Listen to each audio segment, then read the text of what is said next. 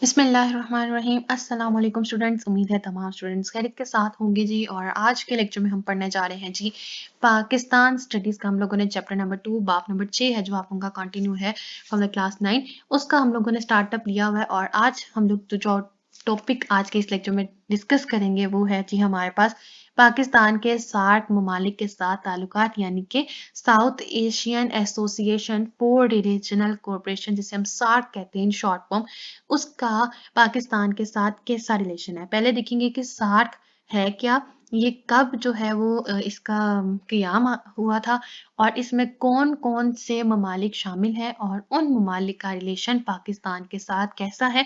जिस तरह हम पहले लेक्चर्स में रिलेशन डिफरेंट कंट्रीज के साथ डिस्कस करके आए हैं, उसी तरह से अब हम लोगों ने रिलेशन डिस्कस करना है सार्क कंट्रीज के साथ। स्टार्ट करते हैं जी। आपके पास है जी पाकिस्तान के सार्क ममालिक के साथ ताल्लुकात।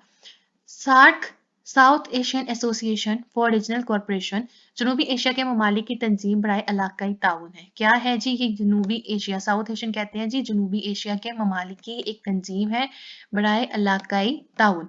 इसका क़याम 1985 में अमल में आया। यहाँ पे आपने ये एमसीक्यू मार्क कर लेना है, ये बहुत इंपॉर्टेंट एमसीक्यू हमारे पास आ सकता है।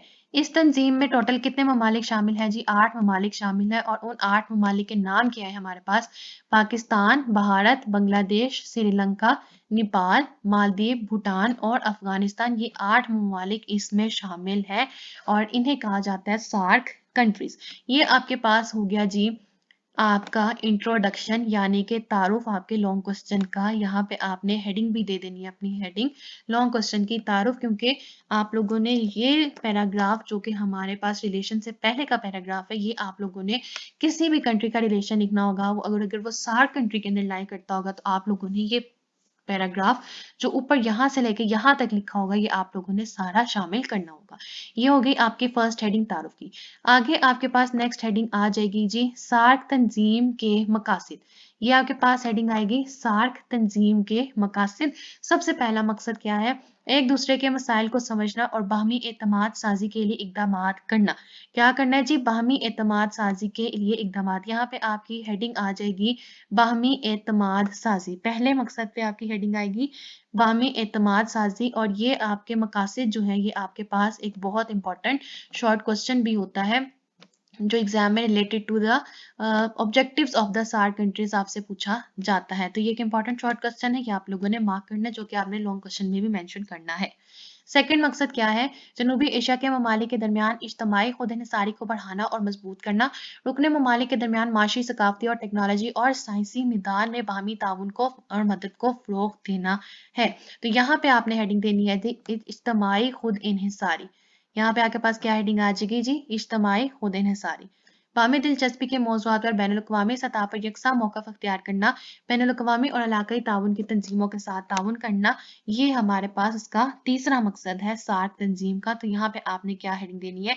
बैनुल-अक़वामी सतह पर यकसा मौक़िफ़। यहाँ पे आपकी हेडिंग आएगी बैनुल-अक़वामी सतह पर यकसा मौक़िफ़। तो ये आप लोगों के पास जो पैराग्राफ है, ये आपने हर एक कंट्री का रिलेशन जो सार्क कंट्री होगा उसको एक्सप्लेन करने से पहले लाजमी मेंशन करना है। सबसे पहले जो हम लोग डिस्कस करेंगे जी वो है हमारे पास भारत। भारत का रिलेशन पाकिस्तान के साथ कैसा है, वो आज इस लेक्चर में हम लोग डिटेल से डिस्कस करेंगे।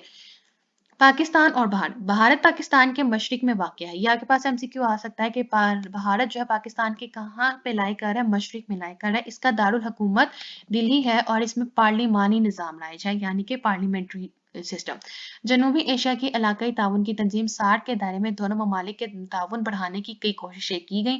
पाकिस्तान ने हमेशा इख्तलाफी अमूर को मुज़ाकरात के ज़रिए से हल करने पर जोर दिया। तो यहाँ पे क्या कहा जा रहा है? उसकी लोकेशन का पहले बताया जा रहा है कि एक तो मशरिक में वाक़ है, उसका दारुल हुकूमत दिल्ली है और वहाँ पे पार्लिमानी जो है वो निज़ाम अभी तक लाया जाए और सार्क के दायरे में दोनों ममालिक में ताउन बढ़ाने की कोशिश जो है वो की जा रही है और मुज़ाकरात के ज़रिए तमाम मसाइल हल किए जा रहे हैं। हम लोग पहले भी डिस्कस करके आए थे कि पाकिस्तान और भारत में सबसे अहम मसला क्या है जी? मसला है कश्मीर। यहाँ पे आप सबसे पहले हेडिंग देंगे जी ताउन बढ़ाने की कोशिशें। ताउन बढ़ाने की कोशिशें, यानी कि आपने कई का वर्ड हेडिंग के अंदर से काट देना है। हेडिंग में आप लिखेंगे ताउन बढ़ाने की कोशिशें। पाकिस्तान और भारत के ताल्लुकात हमेशा ही से उतार-चढ़ाव का शिकार रहे, जिसकी वजह से दो तरफ़ा ताल्लुकात का कोई खातिर हुआ नतीजा ना निकल सका। पाकिस्तान हमेशा से इख्तिलाफी अमूर को हल करने के लिए भारत को मुज़ाकरात की दावत देता रहा है, लेकिन भारत हमेशा नज़रअंदाज करता रहा है। तो यहाँ पे आप लोगों ने हेडिंग दे देनी है मुज़ाकरात की दावत, कि उनको कहा गया है कि टेबल टॉक के ज़रिए तमाम मसले हल कर लेते हैं, लेकिन वो हमेशा इग्नोर ही कर देते हैं। आगे क्या कहते हैं जी, 1988 में सार्क कॉन्फ्रेंस के मौके पर भारत और पाकिस्तान के वज़ीर आज़म को मिलने का मौका मिला। कब मिला जी? 1988 में जो कॉन्फ्रेंस हुई थी, जिसमें एक मुआहिदा पर दस्तखत हुए। इस मुआहिदे के मुताबिक दोनों ममालिक एक दूसरे के जोहरी मराकज़ पर हमला ना करने के पाबंद होंगे, यानी कि जोहरी मराकज़ जो हैं हमारे पाकिस्तान और भारत में, उस पे कोई भी कंट्री एक दूसरे के उन मरकज़ पर हमला नहीं करेगा। तो यहाँ पे आप लोगों ने क्या लिखनी है? 1988 की सार्क कॉन्फ्रेंस। यहाँ पे आपकी हेडिंग आ जाएगी 1988 की सार्क कॉन्फ्रेंस। आगे क्या कहते हैं जी, सार्क तंजीम के तहत 1990 के बाद पाकिस्तान और भारत के ताल्लुकात में कुछ बेहतरी हुई। बाहमी तजारत और लोगों की आमद और रफ्त बढ़ी के ताल्लुकात भी एक हद से आगे ना बढ़ सका। तो 1990 में जो है वो कुछ बेहतरी आई थी ताल्लुकात में, वरना फिर से बाकी वही सिस्टम बाकी वापस आ गया जो कुछ टाइम के लिए हमारा चेंज हुआ था। तो यहाँ पे आप लोग लिखेंगे हेडिंग में ताल्लुकात में बेहतरी।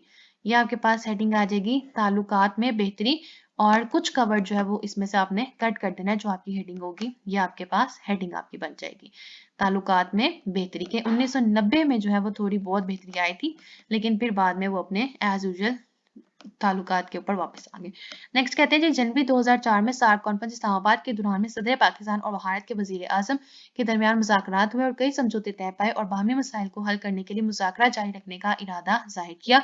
यहाँ पे आप हेडिंग देंगे जनवरी 2004 में सार्क कॉन्फ्रेंस। अब ये मुख्तलिफ सालों में जो कॉन्फ्रेंस हुई है उसके ऊपर डिस्कस कर रहे हैं कि हर साल में जो कॉन्फ्रेंस हुई उसमें एक नया पॉइंट ऑफ व्यू क्या आया दोनों कंट्रीज में। तो 2004 में उन्होंने क्या कहा जी, सदर पाकिस्तान और भारत के वज़ीर आज़म के दरमियान कुछ मुज़ाकरात आखिर हुए के, और उन्होंने कहा कि हम मिल-जुल के जो है वो मुज़ाकरात के ज़रिए मामलात को हल करने के लिए कोशिश करेंगे। आगे क्या कहते हैं जी, मसला कश्मीर दोनों में मालिक में बैन कशीदा ताल्लुकात की बुनियादी वजह है। भारत मसला कश्मीर को मुनसिफाना तौर पर हल नहीं करना चाहता। पाकिस्तान अब भी अपने इस मुनसिफाना मौक़िफ़ पर कायम है कि मसला कश्मीर अक़वाम मुत्तहिदा की मंजूर की हुई करारदादों के मुताबिक मज़लूम कश्मीरियों की राय के ज़रिए से हल किया जाए। सार्क के रुकन ममालिक ने पाकिस्तान और भारत के मबैन मसला कश्मीर और पानी जैसा बुनियादी तनाज़े के हल में हमेशा मौसर किरदार अदा किया है, लेकिन भारत हमेशा रुकावटों का बाइस बना है, जिससे ये मसला अभी तक हल तलब है और दोनों ममालिक के ताल्लुकात में बड़ी रुकावट है। तो आपने ऊपर वाले पॉइंट पे हेडिंग दे देनी है जी मसला कश्मीर, और आपने नेक्स्ट पे हेडिंग देनी है पानी एक बुनियादी तनाज़ा। यहाँ पे आप हेडिंग देंगे पानी, उसके बाद आप डालेंगे सेमीकोलन और उसके बाद हेडिंग देंगे बुनियादी तनाज़ा, कि ये वाला भी एक प्रॉब्लम इन दो कंट्रीज के दरमियान राइज हुआ था, जिसमें हमारे पास वाटर एग्रीमेंट एक साइन हुआ था, ट्रीटी एग्रीमेंट, और 1960 में आई थिंक ये साइन हुआ था दोनों कंट्रीज के दरमियान, जब पानी रोक दिया था भारत ने पाकिस्तान में, तो फिर ये एक एग्रीमेंट साइन हुआ, और फिर इस तरह के अभी तक जो है वो वाटर इशूज जो है इन दोनों कंट्रीज के दरमियान चले आते हैं। तो ये था जी स्टूडेंट हमारे पास आज का लेक्चर। हम लोगों ने स्टार्ट की है relations with the SAARC country के, पाकिस्तान के सार्क कंट्रीज के साथ कैसे रिलेशन है। 8 कंट्री शामिल है, जिसमें पाकिस्तान, भारत, भूटान, बांग्लादेश, श्रीलंका, नेपाल, मालदीव और अफगानिस्तान, ये 8 कंट्रीज हैं, जिसमें से आज हमने सबसे पहली कंट्री डिस्कस की है भारत, के भारत और पाकिस्तान के रिलेशंस कैसे हैं, जिसमें हमने देखा सबसे पहले पॉइंट में कि ताउन बढ़ाने की कोशिशें की जा रही हैं। मुज़ाकरात की भी दावत उन्हें दी थी 1988, और जनवरी 2004 में जो कॉन्फ्रेंसेस हुई उसमें क्या क्या बातचीत हुई ये डिस्कस किया। फिर मसला कश्मीर और पानी जैसे मसाइल के ऊपर इन्होंने क्या जो है वो अपना पॉइंट ऑफ व्यू रखा, ये हम लोगों ने आज के लेक्चर में डिस्कस किया। मुझे उम्मीद है आप लोगों को आज का लेक्चर पसंद आया होगा। इनकेस कोई भी डिफिकल्टी, क्वेरी, क्वेश्चन, कोई भी आपका मसला हो तो आप लोग जरूर पूछ सकते हैं। और लास्ट में मेरी आप सबसे सिर्फ एक रिक्वेस्ट होती है कि अभी तक आपने चैनल सब्सक्राइब नहीं किया तो काइंडली प्लीज चैनल को जरूर सब्सक्राइब कर दीजिए। वीडियो पसंद आए तो वीडियो को जरूर लाइक कीजिए और ज़्यादा से ज़्यादा शेयर कर दें। Thank you.